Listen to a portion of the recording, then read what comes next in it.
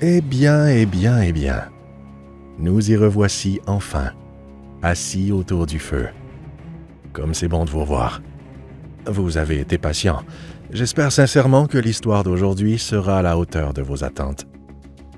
Approchez, prenez place et laissez-moi vous raconter.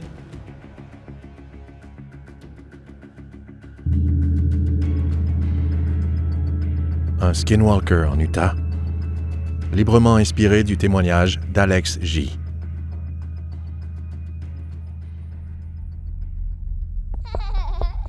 Une petite fille courait dans l'allée sans arrêt depuis le décollage à Denver, accrochant mon coude au passage à toutes les fois qu'elle faisait un aller-retour, affichant un sourire espiègle sous ses boucles blondes.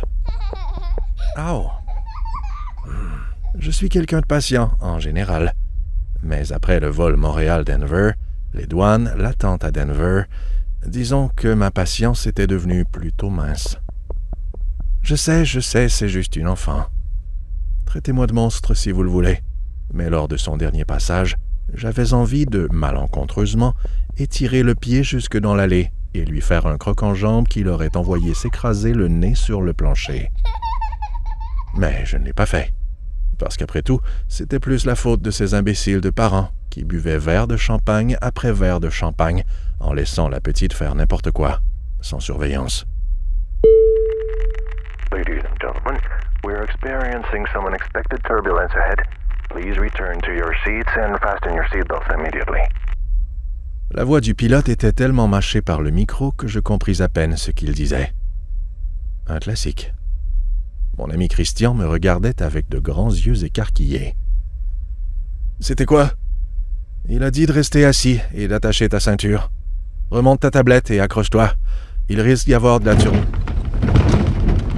Je n'eus pas le temps de terminer ma phrase que l'avion fut brutalement secoué de haut en bas. Christian, qui avait vaincu sa peur des avions pour qu'on puisse enfin vivre ce voyage de vélo dont on rêvait tant, était totalement et absolument terrorisé. Ses jointures étaient blanches tant il s'agrippait fort au bras de son siège. Une nouvelle turbulence secoua l'avion, et la petite fille qui courait vers l'avant fut projetée en l'air, retombant lourdement face la première contre le sol de l'allée centrale. Elle poussa un cri avant de s'en retourner en titubant vers l'avant. De son nez s'écoulait du sang. Non. Je me sentais coupable de me réjouir. Mais elle avait enfin rejoint ses parents, dont les verres de champagne s'étaient répandus sur leurs vêtements. Non. C'est drôle, on n'a plus revu la petite fille courir dans l'allée de tout le reste du vol. Je m'appelle Alexandre. Mes amis m'appellent Alex. Moi et Christian, on se connaît depuis qu'on est à la maternelle. On habite tous les deux sur la côte de Beaupré, dans la région de Québec. On est à la fin de la vingtaine. Enfin, on l'était quand cette histoire-là est arrivée, autour de 2008. On passe nos étés à descendre le mont Sainte-Anne et le massif de la petite rivière Saint-François depuis aussi longtemps que je me souvienne.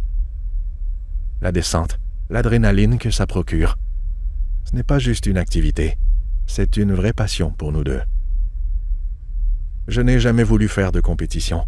Premièrement parce que je suis un très mauvais perdant, et deuxièmement parce que je pratique ce sport-là pour le plaisir. Juste pour le plaisir. Pareil pour Chris, qui a fait un peu de compétition, mais qui a abandonné avant d'avoir 12 ans. En 2008, j'étais célibataire. Chris avait sa copine, avec qui il a aujourd'hui 4 enfants. C'était le bon moment pour nous deux de partir et faire ce trip de vélo dont on avait toujours rêvé dans le sud-ouest des États-Unis. Il y avait, et il y a toujours, plusieurs spots de vélo de montagne mythiques autour de Vegas. Ça faisait des semaines qu'on préparait ce voyage. Je jetai un coup d'œil à notre liste de planning. Jour 1, arrivée à Vegas, location d'un SUV et nuit au motel. Jour 2, route vers Gooseberry Mesa pour rouler les sentiers les plus éloignés et techniques. Jour 3, secteur de Virgin et Hurricane, avec quelques trails plus techniques qu'on voulait absolument essayer. Jour 4, retour vers le Nevada au Bootleg Canyon, un lieu quasiment légendaire dans le milieu du downhill. Jour 5, Red Rock Canyon, plus relax avant une dernière journée détente à Vegas. Ne vous méprenez pas, on était des riders expérimentés, mais pas des professionnels, surtout dans les territoires inconnus. Descendre des pistes difficiles quand ça fait 10 ans que tu fais du vélo au même endroit, ça devient presque naturel. Mais en terrain inconnu, c'est une autre histoire. Et honnêtement, c'était exactement ça qu'on recherchait. L'aventure, la vraie. Bon sang, on a été servi. À vrai dire, rien de ce qu'on avait prévu ne s'est déroulé comme on aurait voulu. Et le premier vrai problème est arrivé à l'aéroport de Vegas, pendant qu'on attendait nos bagages. Les valises sont bien arrivées, mais nos vélos en bagages hors format, non. À Denver, il y avait eu un changement de vol à la dernière minute, et nos vélos, des bêtes d'environ 4 000 $ chacune, s'étaient retrouvés dans le mauvais avion. En anglais, la dame fatiguée du comptoir de United Airlines nous avait expliqué. « Vos vélos sont restés à Denver, messieurs.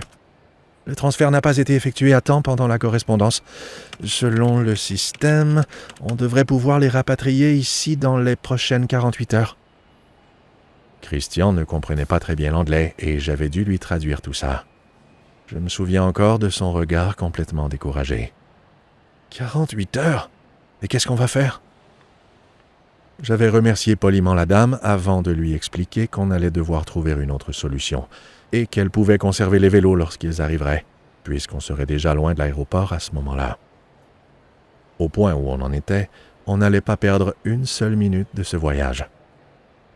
La seule chose qui me dérangeait presque autant que de ne pas avoir nos vélos avec nous, c'était que tous nos kits de réparation et une bonne partie du matériel étaient restés avec les vélos. Un type de chez United nous avait vu tourner en rond dans l'aéroport et nous avait demandé ce qui n'allait pas. On lui a parlé de notre voyage en vélo et il nous avait écrit le nom d'une boutique qui en louait, pas très loin de l'aéroport.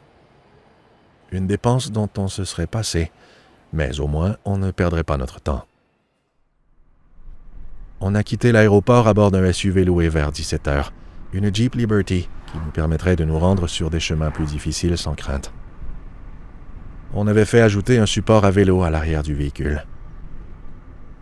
La boutique était encore ouverte quand on y est arrivé, vers 18 heures. Le gros type derrière le comptoir a écouté notre histoire et ce qu'on voulait faire, et nous a recommandé 2 vélos double suspension qui feraient l'affaire. C'était loin d'être nos vélos et ils avaient visiblement du vécu, mais ils semblaient en bon état et le prix était raisonnable. Ils nous ont aussi fourni une petite trousse de réparation en cas de pépin. La Jeep roulait sur la strip, avec les vélos accrochés derrière qui ballottaient au gré des caprices de l'asphalte. On regardait émerveillé les casinos légendaires, comme le Caesars Palace ou le MGM Grand. On a traversé la ville et on s'est rendu jusqu'au petit motel où on avait une réservation. C'était en dehors de Vegas, à une vingtaine de minutes environ. Une option pas mal moins chère que de rester en ville, malgré que la propreté des lieux était discutable. Exactement le genre de motel miteux que vous avez en tête. Ceux qui offrent des siestes pas chères. Vous voyez le genre? On a laissé les vélos dans la chambre, puis on s'est rendu en taxi à Vegas pour souper et passer la soirée à décompresser. On marchait d'un casino à l'autre, en jouant 10 $ ça et là, d'immenses daiquiris glacés dans les mains. C'était ma première fois à Vegas, et même si on n'y passait qu'une seule soirée, j'ai tout de suite aimé l'ambiance. Les sons, les lumières, les gens qui fêtaient dans la rue. C'était vraiment des paysans. Je ne sais pas combien d'alcool on avait dans nos verres, mais après 3 de ces immenses consommations, on était tous les deux plutôt éméchés. Vers 1 heure du matin, on est revenu au motel en taxi, titubant et parlant un anglais bien rond, au pauvre chauffeur qui a mis une éternité à comprendre où on allait. Et c'était ça, notre première nuit. Des draps à la propreté douteuse, des murs en carton où on entendait les ébats de la chambre voisine comme si on s'y trouvait. Cela dit, dans l'état où on était, on s'est endormi en moins de 2.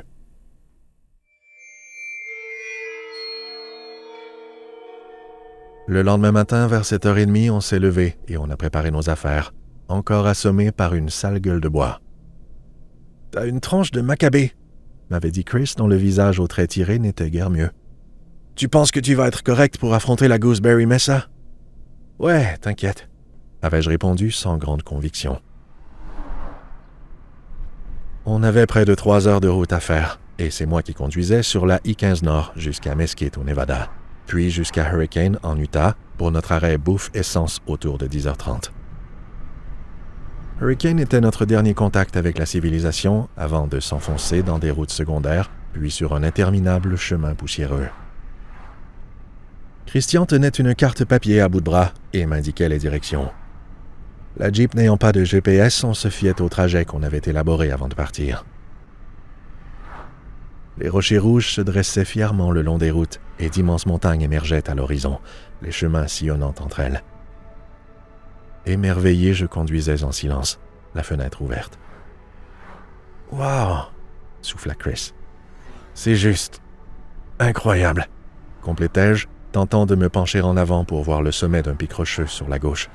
« Oh, je suis pas sûr que je la descendrai, celle-là !» me dit mon ami sur un ton blagueur en pointant le plus haut des sommets qu'on avait vus jusque-là, un escarpement rocheux rouge-orange au dénivelé de plusieurs centaines de mètres.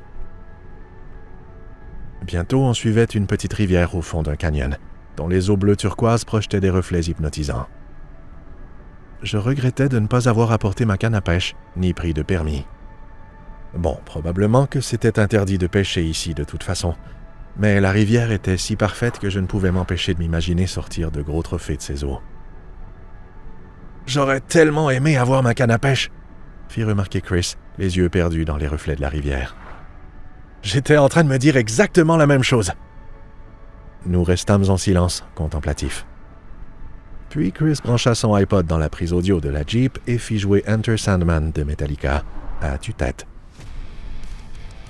Le paysage m'inspirait davantage de la musique classique plutôt que du rock, et pourtant j'appréciais le moment. Chris chantait comme une casserole, et très fort, mais ça ne me dérangeait pas. On y était. On vivait notre rêve de petit garçon et on se laissait conquérir par le territoire majestueux qui s'ouvrait devant nous. Le sourire aux lèvres, je poursuivais ma contemplation. Gooseberry Mesa était probablement l'endroit dont Christian me parlait le plus depuis le début de notre préparation. À l'époque, ce secteur du sud de l'Utah avait presque un statut mythique dans le milieu du vélo de montagne. Les photos qu'on voyait sur les forums semblaient irréelles.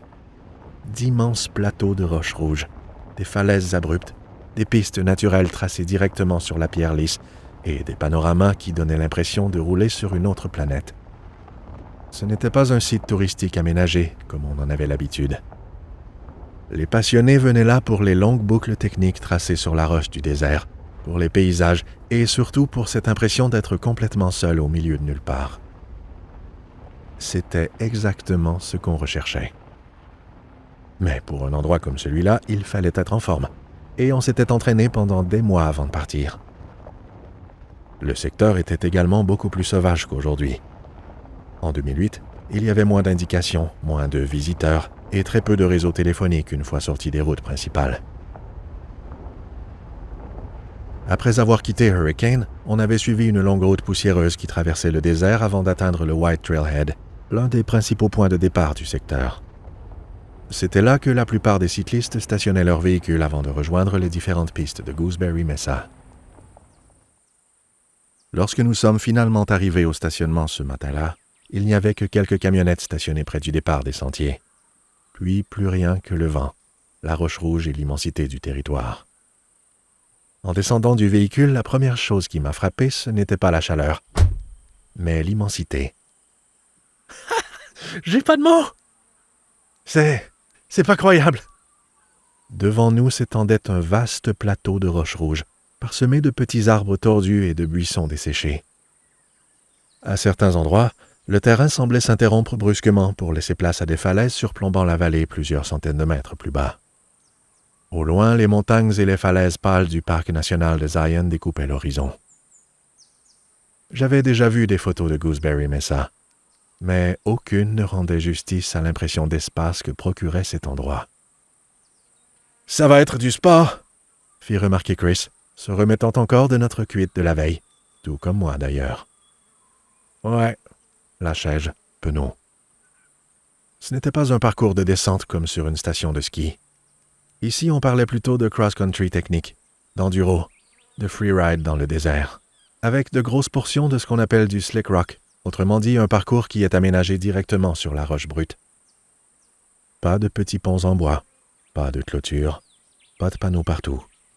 que de petits points blancs peints directement sur la roche ou des petits amas rocheux pour indiquer le chemin à suivre. On a descendu les vélos des supports avant de commencer à nous préparer près de la Jeep. Christian avait immédiatement retiré son chandail trempé de sueur pendant que je sortais notre équipement des sacs. Casque, gants, genouillères, coudières, plastron de protection, lunettes fumées, maillot respirant à manches longues, chaussures de vélo, tout y passait malgré la chaleur déjà écrasante. Sur la route, on avait vu quelques véhicules stationnés, des VR, des pick-up, quelques tentes montées près des chemins de terre. Ça nous avait rassurés de voir qu'on n'était pas les seuls, ayant justement prévu de passer la nuit hors sentier, quelque part dans les environs. On avait ma tente que j'avais emportée dans ma grosse valise, et une glacière qu'on avait achetée en chemin, remplie de boissons et d'un peu de nourriture pour se faire un bon souper et déjeuner le lendemain matin. À cette heure-là de la journée et à la fin septembre, le soleil tapait tellement fort sur la roche rouge qu'on avait l'impression que la chaleur remontait directement du sol. Oui, on aurait préféré rouler en vêtements courts. Mais avant le voyage, on avait lu énormément de témoignages de cyclistes qui s'étaient éraflés les jambes sur les plantes piquantes du secteur. Entre les cactus, les buissons épineux et les yuccas aux feuilles rigides comme des couteaux, plusieurs recommandaient de garder au minimum une couche légère de protection. Alors, malgré la température, on avait tous les deux opté pour des pantalons respirants assez minces. On a pris le temps de manger rapidement, engloutissant chacun un sandwich aux œufs acheté dans une petite épicerie à Hurricane. Au départ, Christian avait seulement prévu une petite bouteille d'eau. Je lui avais finalement dit de remplir complètement son sac d'hydratation avant qu'on quitte le stationnement. Il faisait déjà incroyablement chaud, et pour être honnête, aucun de nous n'avait encore l'habitude du désert. « T'es prêt ?» me demanda Christian. On se tenait là sur la terre orangée, à côté de nos vélos loués, près du panneau White Trailhead, entouré par des buissons. Je pris une gorgée d'eau et lançai en pointant vers le sentier. « Let's go !» Au début, sur la White Trail, je me souviens avoir été un peu surpris. Après toutes les photos qu'on avait vues sur Internet, je m'attendais à quelque chose de beaucoup plus spectaculaire. Mais au lieu de ça, nous roulions sur ce qui ressemblait davantage à une vieille piste de Jeep qu'à un sentier de vélo de montagne. On avait quand même regardé les plans avant de partir, et on savait qu'on commençait par une piste facile, qui n'était pas la plus spectaculaire. Peu à peu, la White Trail a commencé à révéler ce qui faisait réellement la réputation de Gooseberry Mesa. Des embranchements apparaissaient vers le North Rim et le South Rim, deux autres sentiers du parc. Et au loin, derrière les arbres tordus par le vent, on commençait à apercevoir les falaises qui dominaient la vallée. En passant sur une section très rocheuse, j'avais fait remarquer à Chris. « C'est fou l'adhérence des pneus sur la roche! Ouais, on dirait du papier sablé! » Après une vingtaine de minutes, on était finalement arrivé au bout de la White Trail. Jusqu'ici, le sentier avait surtout servi d'approche, mais devant nous se trouvait maintenant une courte section beaucoup plus technique, identifiée par un losange noir qui menait vers un point d'observation populaire dont plusieurs riders parlaient sur les forums. Évidemment, on voulait absolument aller voir. Le terrain est rapidement devenu plus agressif. La roche formait des bosses abruptes et des passages étroits où il fallait constamment choisir la bonne ligne pour éviter de glisser ou de frapper trop fort les roues. Je me souviens encore du moment exact où on est arrivé au sommet. Le sentier débouchait directement au bord d'un plateau rocheux, flanqué en haut d'une falaise. Devant nous s'étendaient des lits de rivières asséchées, des montagnes de roches rouges et orangées découpées par l'érosion, et des kilomètres de désert qui semblaient ne jamais finir. Le genre de paysage tellement vaste que le cerveau a du mal à comprendre les distances. Le vent soufflait fort au bord du plateau et faisait résonner un léger sifflement entre les falaises. C'était à couper le souffle, et pas seulement à cause de la vue. Déjà qu'on avait dû pédaler fort pour s'y rendre, avec la chaleur et l'altitude, on respirait comme si on venait de terminer un sprint. Christian avait retiré son casque quelques secondes pour s'essuyer le front, avant de simplement lâcher. « C'est pour ça qu'on est venu ici, mon gars! » Wouhou! Son cri de joie nous était revenu en écho, et on a éclaté de rire avant de crier des trucs qui ne se répètent pas, gloussant comme des ados en entendant l'écho nous renvoyer nos propres vulgarités. un couple à vélo est arrivé pile au moment où un « Salope! Salope !» bien senti se réverbérait sur la montagne devant nous. Gênés, on les a salués d'un signe de tête en s'éloignant pour leur laisser le champ libre. On a profité de la pause pour boire de l'eau et décider de la suite. Parce qu'on n'était pas venu ici pour faire le sentier facile. Nous, ce qu'on voulait vraiment voir, c'était le sentier South Rim. Parmi les habitués de Gooseberry Mesa, ce sentier-là revenait constamment dans les discussions. Plus technique, plus engagé, avec des sections directement tracées sur le Slick Rock et plusieurs passages qui longeaient les falaises du plateau.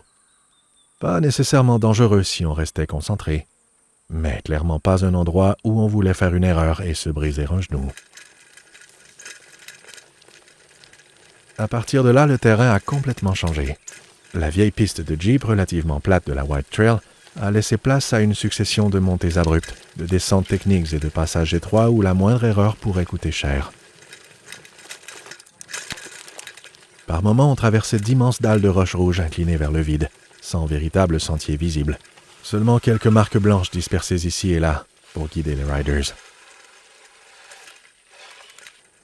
À plusieurs reprises, le sentier longeait des falaises gigantesques qui dominaient la vallée, des centaines de mètres plus bas. À certains endroits, je refusais même de regarder directement à ma droite, tant le vide donnait le vertige. Il avait fallu descendre du vélo à quelques endroits particulièrement techniques, mais à d'autres, je me laissais complètement emporter par l'adrénaline, sautant certaines portions rocheuses en poussant des cris de joie, tandis que Christian me suivait de près en riant comme un idiot. Après plus de 2 heures à rouler sur la South Rim, avec des arrêts pour admirer le décor, nos jambes commençaient sérieusement à brûler. Gooseberry Mesa était magnifique, mais beaucoup plus physique qu'on l'avait imaginé. Contrairement à une vraie piste de descente où on peut laisser simplement la gravité faire le travail, ici il fallait constamment relancer, grimper, contourner des passages rocheux et rester concentré. À plusieurs endroits, on avait même dû pousser les vélos sur de courtes montées abruptes en plein soleil. Malgré ça, on avait ce sourire stupide des gens qui viennent de vivre exactement le genre de journée qu'ils espéraient depuis des mois. Finalement, souffla Chris entre 2 respirations. Je pense que c'est peut-être le plus bel endroit où j'ai roulé de toute ma vie. Même épuisé, je n'avais aucune envie de quitter cet endroit. De retour à la Jeep, j'ai retiré mon casque et mes gants avant d'ouvrir la glacière pour en tirer un Gatorade orange, dont j'ai vidé le contenu en quelques longues gorgées. « Si on veut, il nous reste du temps », avait lancé Chris. « Avant d'aller monter la tente, on pourrait faire encore un petit tour. » Le soleil se coucherait vers 18h30. On avait donc encore 2 bonnes heures devant nous. « Ouais, pourquoi pas ?» Christian avait ressorti les feuilles imprimées qu'il transportait depuis le Québec. La majorité des informations qu'on avait trouvées sur Gooseberry Mesa provenaient de forums de vélos de montagne, où des gars racontaient leurs sorties, partageaient des cartes approximatives et parlaient parfois de certaines lignes moins connues autour du secteur. Christian scrutait la carte en silence.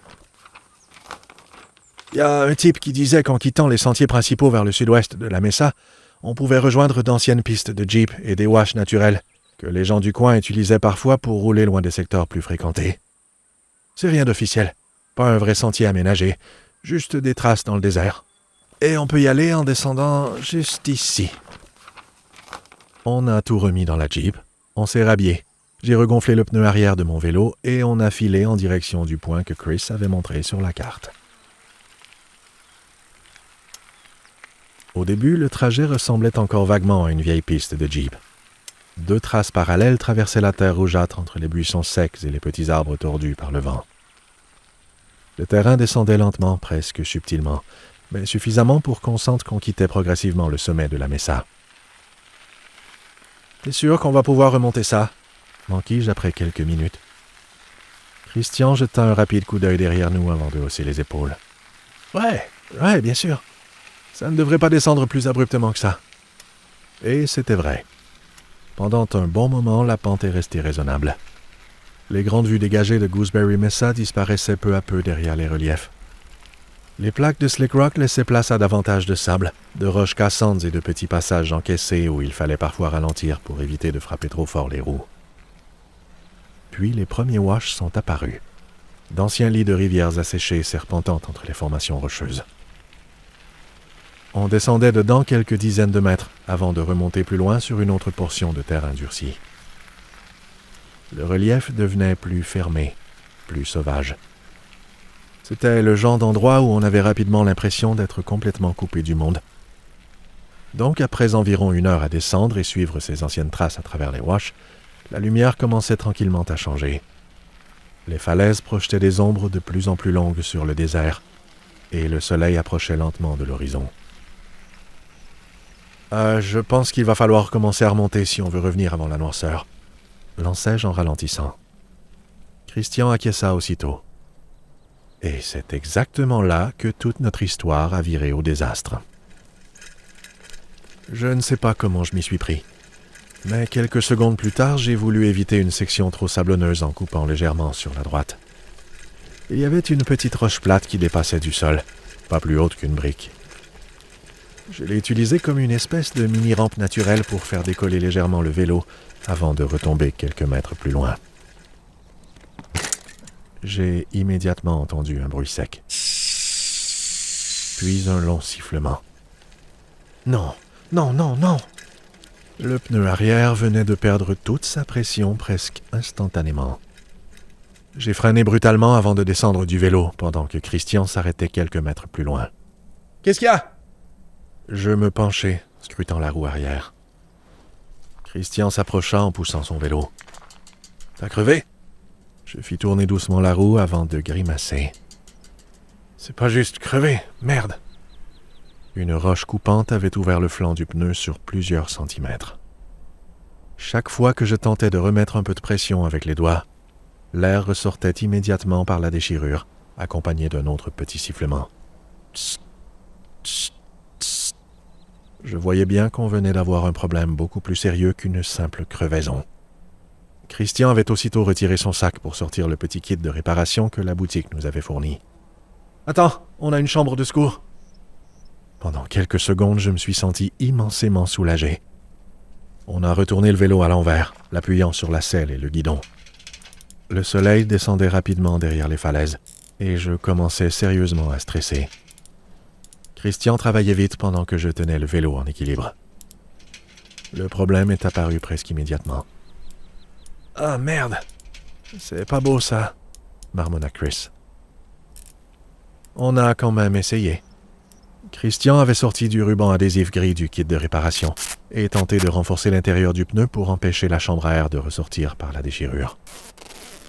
Accroupi dans la poussière rouge, les mains pleines de sable et de graisse, on s'acharnait sur la dernière roue comme si notre vie en dépendait.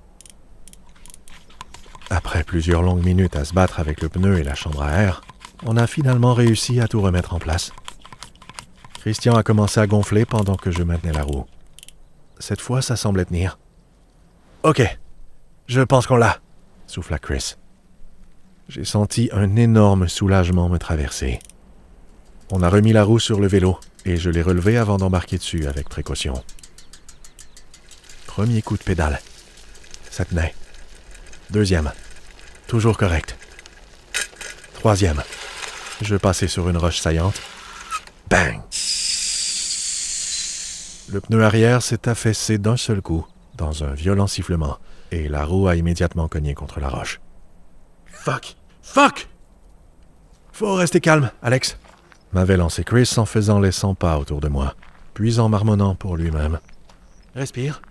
Pense. Pense, pense, pense. Il se massait les tempes, tentant visiblement de remettre ses idées en ordre. Alors, on a roulé quoi? 1 heure? 1 heure et quart? Reprit-il. Il est presque 18 heures. À pied, en poussant les vélos dans les roches et les remontées, on en a facilement pour 3 ou 4 heures. Je pris une seconde pour observer les alentours. On ne voyait absolument rien qui nous permettrait de se repérer. Pas de route, pas de point de repère, pas même un bruit au loin. On avait tourné à tellement d'embranchements et traversé tellement de wash que je n'étais même plus certain qu'on retrouverait facilement le bon chemin vers le stationnement. Je ne voulais pas faire paniquer Chris, mais tout au fond de moi, quelque chose me criait qu'on venait de s'embarquer dans une situation beaucoup plus grave que juste une crevaison. Je sortis mon téléphone Motorola Flip de ma poche. Évidemment, aucun signal. Je pris une longue gorgée d'eau. Mon sac d'hydratation était déjà rendu à moitié vide. Je me félicitais d'avoir insisté pour que Chris emporte le plus d'eau possible. Au moins, on en aurait assez si on devait rester pour la nuit. On ne va pas se taper le retour dans la noirceur, Chris. Je sais, et je te laisserai pas ici tout seul dans le noir. Le vrai danger sur ce territoire, en pleine nuit, ce n'était pas juste une question de noirceur. Il y avait les serpents à sonnette, les coyotes, les risques de blessures dans les roches, sans compter le froid. Le jour, le désert était un four, mais la nuit, ça devenait pratiquement un congélateur. On avait bien une minuscule lampe de secours dans le kit de réparation, mais elle n'éclairait pas à plus de quelques mètres dans l'obscurité totale.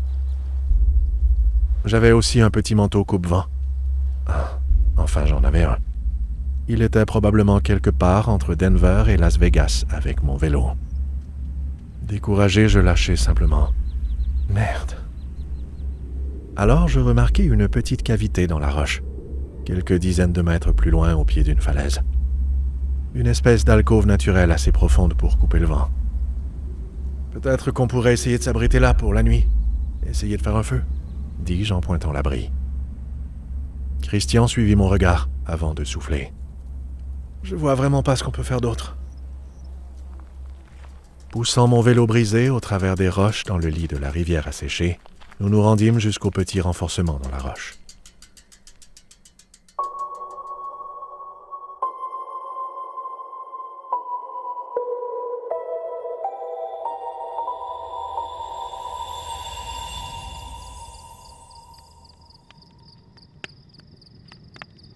J'engouffrai un sac de viande séchée en quelques minutes, fixant l'obscurité.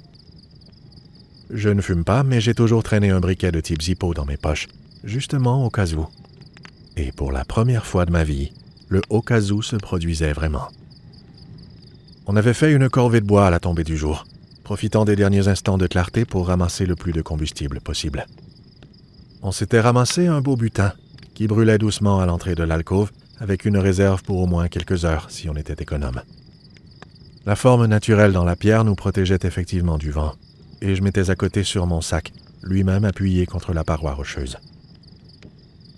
En ramassant du petit bois, on avait exploré rapidement la zone. On savait que la route 59, qui menait à la White Trailhead, ne devait pas être bien loin. Mais on avait perdu espoir en constatant qu'on ne la voyait nulle part, et qu'il valait mieux revenir par où on était arrivé pour éviter de se perdre. Chris était resté silencieux depuis que le feu était allumé, le reflet des flammes dansant sur son visage et tirant ses traits jusqu'à déformer son expression. Il était songeur. Pour détendre l'atmosphère, je lançai. « ça aurait pu être pire. On voulait de l'aventure. Eh ben, on est servi. »« Ouais, » fit-il en esquissant un sourire peu convaincu. « Allez, ça va nous faire toute une histoire à raconter. »« Ça, ouais. » Et puis demain, on retourne chercher nos vélos à l'aéroport, on rapporte ceux-là, et hop, on reprend ça ni vu ni connu. Ça va aller. Je ne pouvais pas le blâmer pour son manque d'enthousiasme. Je me perdis quelques instants dans mes pensées. Ma montre indiquait 21 heures quand je remarquai quelque chose d'étrange dans l'obscurité au-delà de la zone éclairée du feu. Un mouvement. Je me redressai aussitôt, l'oreille tendue. « Quoi ?» fit Chris. Je ne répondis pas, les yeux plissés comme si cela m'aiderait à mieux voir dans la pénombre. Je n'osais pas allumer la petite lampe. Les sons du désert emplissaient la nuit. Insectes, bruissements de vent dans les buissons, craquements de roches qui refroidissent. On avait placé les vélos un peu plus loin à l'entrée de l'alcôve pour bloquer autant que possible l'accès à notre abri. Plus les secondes passaient, moins je me sentais en sécurité dans l'espace exigu. Christian aussi était visiblement de plus en plus inconfortable. Est-ce que j'avais halluciné? Chris tendit la main, me faisant signe de lui passer la lampe torche. Ce que je fis. Il prit une grande inspiration, retint son souffle et alluma le temps d'un flash.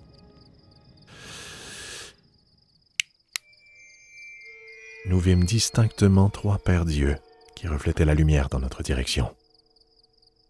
Nous restâmes là sans bouger pendant plusieurs minutes, le souffle court. C'était probablement des coyotes. Et ça, ce n'était pas bon.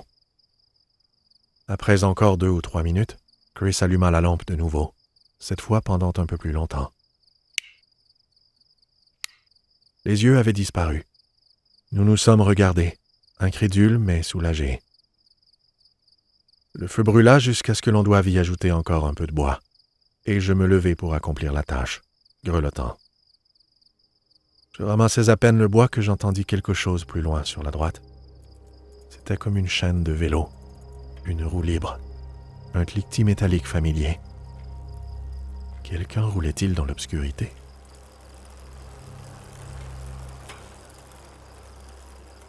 Je remis le bois dans la pile et je reculai. Le feu se réduisait à une petite flamme qui n'éclairait presque plus. Le ciel sans lune rendait la scène encore plus obscure. On n'y voyait strictement rien. « Tu l'as entendu, toi aussi? » ?»« Ouais, comme si quelqu'un était à vélo, tout près. »« Ouais, mais je ne vois pas de lumière. Est-ce que tu crois qu'on devrait les appeler? » Encore le même son, plus près. Un court silence, puis... Quelque chose venait clairement de toucher l'un des vélos. « C'est sûrement le vent, pas vrai? » murmura Chris sans grande conviction, ses dents claquant à cause du froid. Il n'y avait plus le moindre vent. Je ne pense pas, non. Le son d'une meute de coyotes, au loin, arriva de nulle part. Des cris et des piaillements, de petits couinements et jappements entremêlés. C'était absolument, parfaitement terrorisant. J'avais déjà entendu dire que les coyotes et la plupart des bêtes sauvages craignaient le feu. Alors, plus nerveux que je voulais bien l'admettre, je me relevai pour ajouter quelques morceaux de bois dans les braises presque éteintes. Les flammes reprirent aussitôt vie dans un crépitement sec, projetant une lueur orangée contre les parois rocheuses de l'alcôve et nous enveloppant d'un peu de chaleur. Le contraste avec la journée était absurde. Quelques heures plus tôt, on cuisait littéralement sous le soleil du désert, alors que maintenant il devait faire autour de 5 degrés, et de petits nuages de vapeur s'échappaient de nos bouches chaque fois qu'on parlait. Les sons des coyotes devinrent plus faibles, nous laissant croire qu'ils s'étaient enfin éloignés. La chaleur du feu m'enveloppait, me rendant léthargique. Exténué, je finis par m'endormir, à côté sur mon sac à dos. « Hein? » Chris était à côté de moi. Il n'avait visiblement pas fermé l'œil et me regardait d'un drôle d'air. Il avait ajouté un peu de bois dans le feu, mais nos réserves étaient presque épuisées. Je me léchai les lèvres en me redressant doucement. Ma montre indiquait qu'il était près de minuit. J'avais dormi environ 3 heures. « Quoi? Pourquoi t'as ri? » demanda Chris, incrédule. « Je dormais, j'ai pas ri. » L'inquiétude dans les yeux de Chris à ce moment-là était indescriptible. Il tourna lentement la tête vers l'extérieur de la caverne. Tous les sons s'étaient tus. Pas d'insectes, pas de vent, aucun bruit. Quelques minutes passèrent, et me disant qu'il devenait probablement un peu parano, je commençai à me rendormir doucement, fermant les yeux. « Alex !» La voix de Chris avait résonné contre la paroi rocheuse. Son timbre était un peu déformé, comme métallique. Je me redressai aussitôt, l'adrénaline s'emparant de tous mes muscles et mon cœur battant la chamade. Je regardai ma montre et il était 1h du matin. J'avais encore dormi au moins 1 heure. Chris s'était recroquevillé dans un coin de l'alcôve, à moins de 2 mètres de moi. Je discernais à peine son visage dans l'obscurité, mais je pouvais voir que ses yeux étaient grands ouverts. Il était terrorisé et en sanglots. « Hé, qu'est-ce qui t'arrive? Ça va aller? »« C'était toi, Alex. Juste là. Sauf que c'était pas toi. » répondit-il en sanglots paniqués. Il pointait les vélos d'un index tremblant. Il poursuivit. « J'ai pas bien vu, mais ça a parlé. » Je tournai la tête, frissonnant en imaginant la scène. Il reprit ses esprits dans un reniflement, puis ajouta « Ok, faut qu'on dégage. » Au même instant, une brise s'engouffra dans les braises, ravivant momentanément la flamme. La lumière révéla une silhouette sombre qui traversa l'entrée de l'abri avant de disparaître aussitôt dans la noirceur. Mais mon cerveau eut malgré tout le temps d'enregistrer certains détails. La chose était beaucoup trop basse et surtout beaucoup trop rapide. Ce n'était certainement pas un coyote, ni même un coyote malade ou un truc du genre. C'était comme si un humain marchait sur ses 4 membres et qu'il le faisait avec une grande agilité, même si quelque chose n'était pas normal dans la façon dont ses membres se repliaient. C'est une image qui me hante encore à ce jour. Un bruissement de feuilles plus loin, puis plus rien. Encore une fois, aucun son. Un silence si complet que j'entendais maintenant mon propre cœur battre dans mes oreilles. On entendit clairement des pas approcher dans le sable. L'un des vélos venait de bouger. Chris laissa échapper un petit gémissement étranglé. Quelque chose était juste derrière. Et cette fois, je n'ai même pas réfléchi. J'ai attrapé mon sac, la lampe, et je lui ai hurlé. « On dégage !» Dans un mouvement continu, j'avais lancé le sac sur mon dos. Je m'étais levé et j'avais attrapé le vélo le plus près, le mien avec la crevaison. M'en servant comme d'un bouclier, le brandissant devant moi. Je hurlai de toutes mes forces s'enfonçant dans l'obscurité. Et je heurtai quelque chose. Une forme poussa un cri mauvais dans l'obscurité. Puis une espèce de main traversa le cadre du vélo et griffa violemment ma poitrine. Heureusement, je portais encore mon plastron, et les doigts ne firent que déchirer le tissu de mon chandail. Porté par l'adrénaline, je donnai un violent coup vers l'avant et sentis la créature basculer avant de tomber à la renverse dans les rochers. Elle roula sur la petite pente pendant quelques mètres, tandis que je hurlai à Chris de se dépêcher. Mon cerveau fonctionnait à toute vitesse, et en une fraction de seconde, j'évaluais la direction à prendre. Malgré la petite lampe, je n'y voyais rien. Mais je savais que d'un côté se trouvait la Wash, avec ses grosses roches et ses obstacles dangereux dans le noir. De l'autre, une pente menant vers un escarpement abrupt. Et dans la dernière direction, une rangée de buissons épais et épineux. Pas question de se fouler une cheville dans la Wash au travers des roches. La pente était aussi hors de question. Ce qui nous laissait les buissons. « Suis-moi !» Bien que toujours paniqué, Chris avait repris ses esprits et il me suivait de près. Je tenais la lampe et tentais d'éclairer autant le chemin de Chris que le mien. Nous fonçâmes dans les épines, les mains devant nos yeux pour se protéger. Bientôt, couverts d'égratignures, dont une profonde sur mon poignet droit et d'où le sang coulait abondamment, nous atteignîmes un petit sentier. Le chemin se mit à monter assez abruptement, et nous dûmes contourner de gros rochers qui semblaient sortir de nulle part et escalader quelques mètres de parois plus à pic. Prenant une seconde pour reprendre notre souffle et vérifier si nous étions suivis, je fus frappé par le silence qui régnait toujours. « Est-ce qu'on est suivi? »« Je sais pas. Chut, écoute. »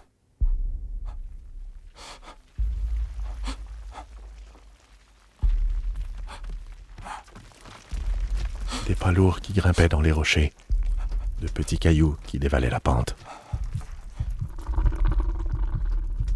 Un buisson remua sur notre gauche et une forme pâle se révéla. On a juste détalé, sans faire attention où on mettait le pied, sans se retourner. On a couru comme des fous jusqu'à ce qu'on atteigne un plateau, d'où on pouvait voir un peu plus loin. Et juste là, nous redonnant tout l'espoir dont on avait besoin, nous vîmes une lumière. Clairement les phares d'un véhicule qui avançait dans le désert, probablement à 1 ou 2 kilomètres. On est parti dans cette direction, dévalant la pente à toute allure. Quelques minutes plus tard, on était debout en plein milieu de la petite route 59, les bras en l'air à tenter de faire signe au véhicule qui semblait encore si loin. « Hé oh! Hé! Hé, on est là! » Chut! Alex, regarde! Une forme sombre bloqua la lumière des phares sur la route. Elle nous faisait face à contre-jour, et nous ne voyions qu'une silhouette découpée par le faisceau de lumière. Immobile, nous dévisageant. Plus vite qu'on l'aurait cru, le véhicule arriva à la hauteur de la silhouette, qui s'enfuit aussitôt entre les rochers. Le conducteur ralentit en apercevant les deux pauvres types terrorisés que nous étions, debout au milieu de la route à lui faire de grands signes pour qu'ils s'arrêtent. C'était un VR de location. À bord, un couple de Chicago était assis à l'avant. La dame assise du côté passager baissa la fenêtre, affichant un regard inquiet. « Everything okay, guys? » Je lui expliquai dans un anglais baragouiné que nous nous étions perdus en vélo et que notre voiture était stationnée à la White Trailhead. Elle me répondit que c'était à environ 30 minutes de voiture sur le chemin et que c'est là qu'ils se rendaient pour la nuit. Il était 3 heures du matin.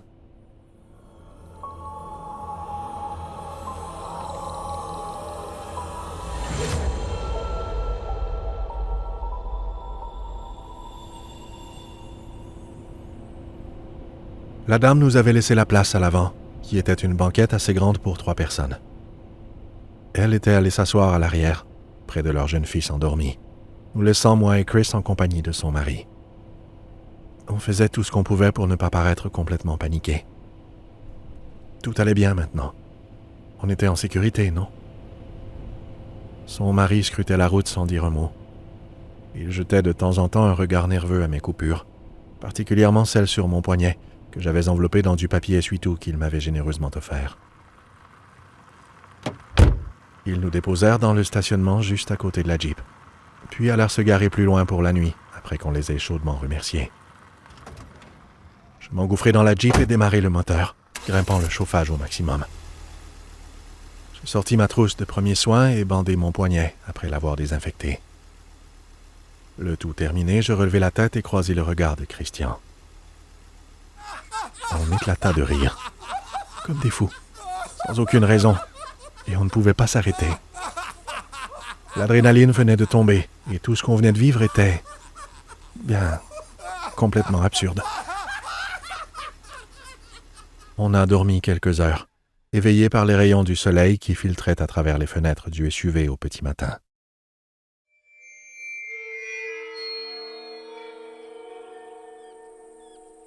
Une fois le jour bien installé, on est retourné chercher les vélos à pied. De retour sur place, je retins un frisson en repensant aux événements de la veille.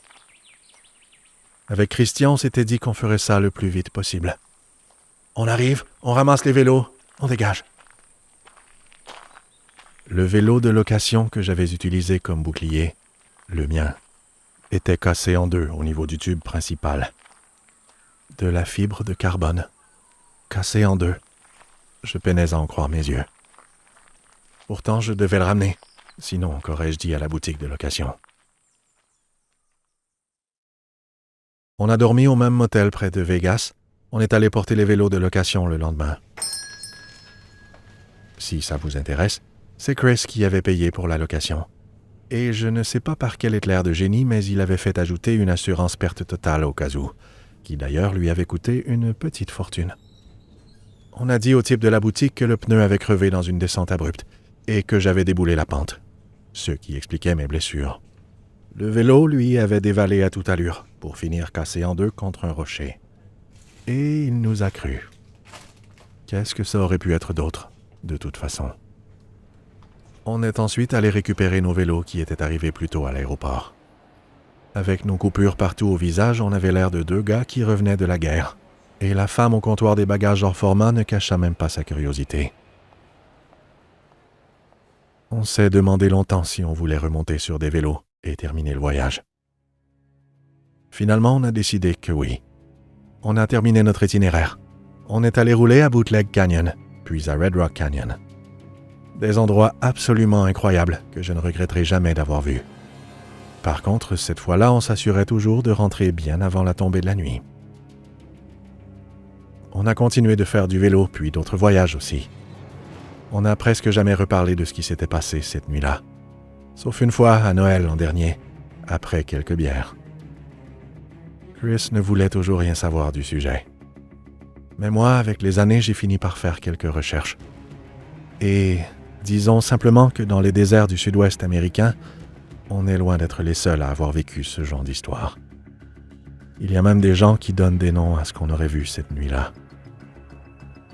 Si c'était vraiment ce qu'on pense que c'était, et que ce n'était pas juste quelqu'un qui s'est bien moqué de nous, alors on pourrait très bien être tombé sur un skinwalker cette nuit-là.